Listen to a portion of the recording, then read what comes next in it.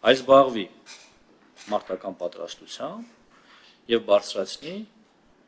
իր կարողությունները։ Հիմա վարժական հավաքների նպատակը այն է, որ մեզ անհրաժեշտ է ունենալ պահեստազոր, որը ըստ անհրաժեշտության կարող է հավաքվել, պատկերացնել իր խնդիրը եւ դառնալ բանակի կարևոր բաղադրիչ։ Պիտի իրականությունից չփախչենք եւ հիշենք, որ 44-օրյա պատերազմի ընթացքում մեր հիմնական խնդիրներից մեկը հենց նաեւ նույն պահեստազորի ոչ պատշաճ հավաքվելու կամ հավաքվելու պարագայում նրանց ոչ մարտունակ լինելու տարբեր ու բազմաթիվ հարցեր, այդ թվում նաեւ ներդաշնակեցման բացակայությունը։ Դա չենք ունեցել։ Դե հիմա դա քանի տարվա խնդիր է, ով է դրա համար պատասխանատու, բոլորս ենք պատասխանատու կարծում եմ, որովհետեւ մենք բավարար ուշադրություն չենք դարձրել պահեստազորին, իսկ աշխարհում, եթե երկիրը կանգնում է պատերազմի առաջ, նրա հիմնական հենարանը ոչ թե ժամկետային զինծառայողներն են, այլ պահեստազորն են։ Հիմա մենք ինչ ենք անում, մենք խնդիր ենք դրել տարիների ընթացքում հնարավորինս արագ մեր ողջ պահեստազորը անցկացնել կարճ պատրաստության խողովակով եւ միևնույն ժամանակ տարածքային պաշտպանության զորքերի շրջանակներում նրանց համար հստակ դարձնել իրենց պոտենցիալ խնդիրը, ծառայության ուղղությունները։ Այո, սա զուգորդվում է մարտական հերթապահությամբ։ Այո, սա կարևոր է նրանց տարածքը ճանաչելու ու ներդաշնակեցման գործում, բայց միևնույն ժամանակ սա հնարավորություն է զինված ուժերի համար ավագ սերնդի ներգրավվածության պարագայում նույն 18-ից 20 տարեկան մեր բավականին պաշտպանունակ զինուժը, որովհետև այդ տղաները բավականին ուժը ավյունը տեղներն է, իրաց պետք է պատրաստվածության հնարավորություն տալ։ Նույնը վերաբերում է նաև նույն երկրապահներին։ Հիմա մենք հնարավորություն ենք ստացել վերջին տարիներին, ունենք զորամասեր, որտեղ ժամկետային զինծառայողները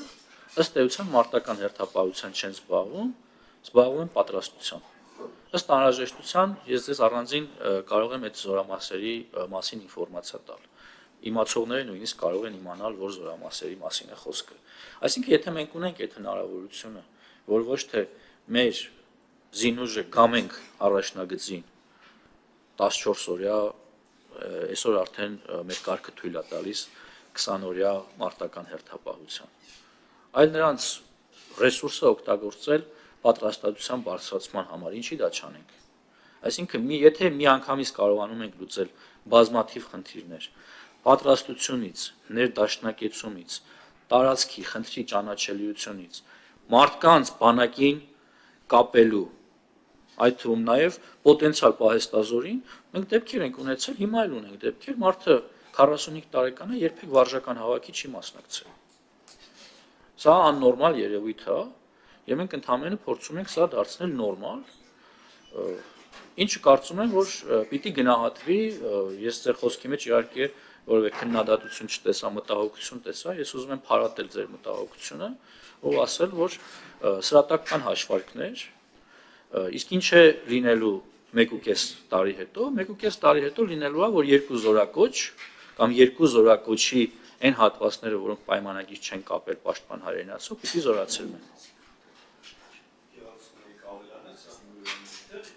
25-օրյաները մենք տարեկան ունենք կառավարության որոշման պահաստատվում, ամեն տարվա սկզբին հաստատվում է թվականակը,